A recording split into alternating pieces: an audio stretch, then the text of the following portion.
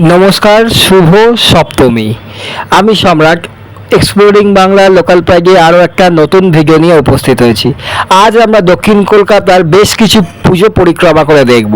আর শুরুটা করলাম নাকতলা উদয়ন সংঘ থেকে।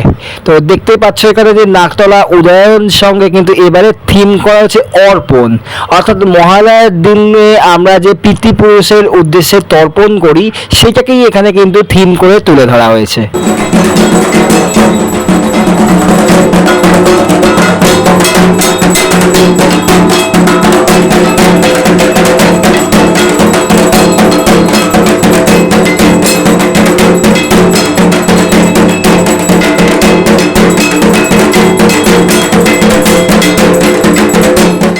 দুর্ধর্ষ এক পূজা মণ্ডপ এখন দেখতে পাচ্ছ তোমরা। এখানে কিন্তু শঙ্খের মধ্যে আমরা দেবী প্রতিমাকে দেখতে পাচ্ছি এবং ভেতরে কিন্তু অনেক কাকের মূর্তিও রাখা হয়েছে, এটা প্রমাণ করার জন্য যে যেহেতু আমরা মনে করি যে কাকের মধ্যে থেকেই আত্মারা আসে এবং আমাদের যে আমরা জল দান করি বা খাওয়ার দান করি সেটা খেয়ে যায়, তো সেইটা কিন্তু তুলে ধরার জন্য এখানে প্রচুর কাকের মূর্তি ব্যবহার করা হয়েছে।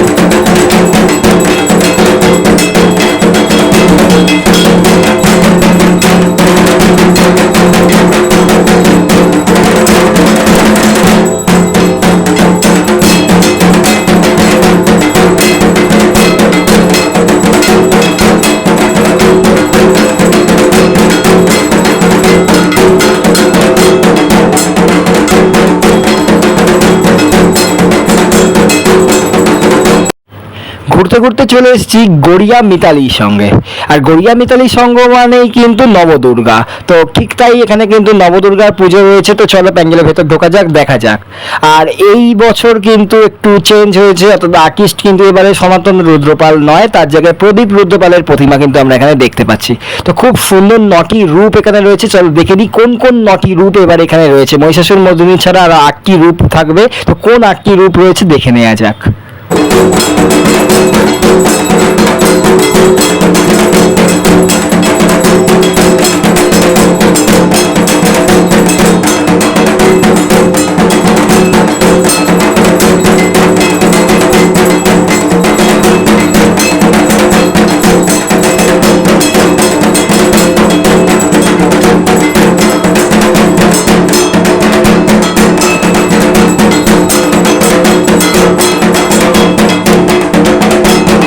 প্রতিটি প্রতিমাই দুর্ধর্ষ লাগছে। আর মহিষাসুর মর্দিনী দুর্গার সামনে যখন দাঁড়িয়ে রয়েছি, জাস্ট অসম। দেখতে পাচ্ছ মানে কাজ, প্রতিটা ডিটেলিংস একদম অন্য মাত্রায় রয়েছে এখানে কিন্তু।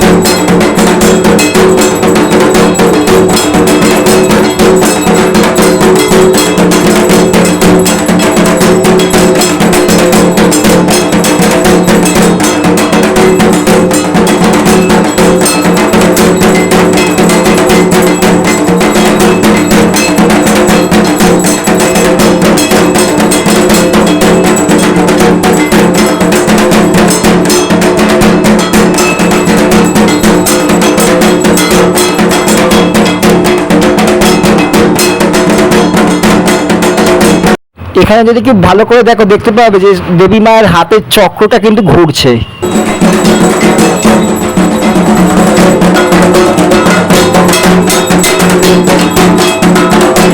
এরপর ঘুরতে ঘুরতে আমরা চলে এসেছিলাম গড়িয়া কামদহরি পূর্বপাড়াতে, যেখানে কিন্তু প্রতি বছর হয় পঞ্চদুর্গা পুজো। তো দেখে নেওয়া যাক পঞ্চদুর্গার কোন 5টি রূপ এখানে রয়েছে।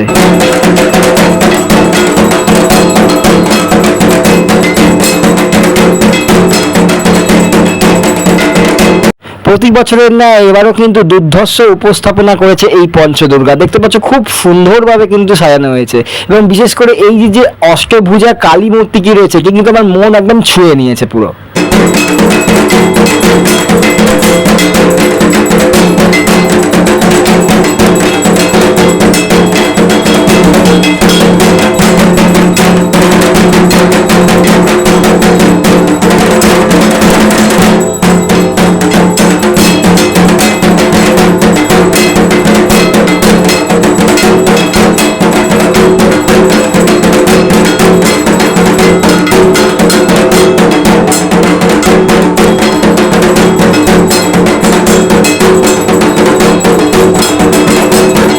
পঞ্চদুর্গা থেকে বেরিয়ে এই গড়িয়া চত্বরেরই আরেকটি পুজোতে চলে এলাম, কেন্দুয়া শান্তি সংঘ, যেটি রয়েছে পাটুলি 45 বাস স্ট্যান্ডের একদম বিপরীতে।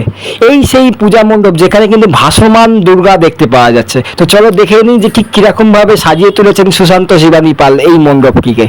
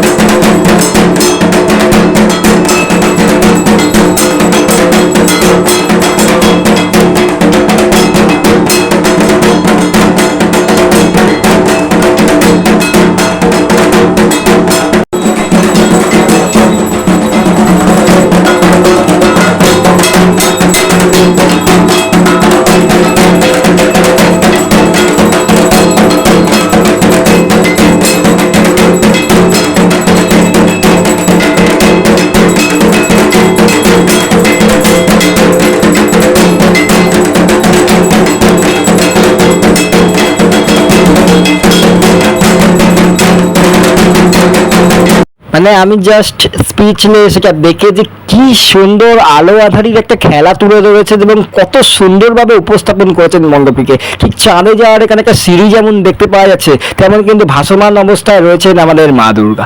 সব থেকে সুন্দর কিন্তু লাগছে এই দৃশ্যটি। দেখতে পাচ্ছেন মায়ের মুখটিও খুবই সুন্দর রয়েছে, এবং মা যে পুরো শূন্যে ভাসছেন এটা কিন্তু খুব সুন্দর লাগছে দেখতে।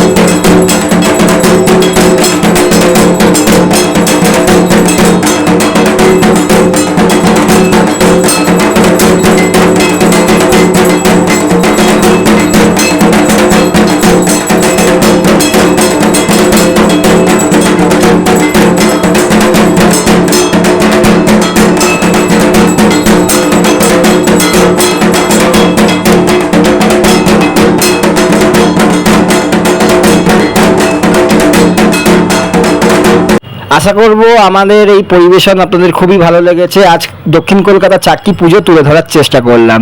এরকমই আরও পুজো পরিক্রমা নিয়ে খুব তাড়াতাড়ি ফিরছি। দেখতে থাকুন এক্সপ্লোরিং বাংলা লোকাল প্রাইড।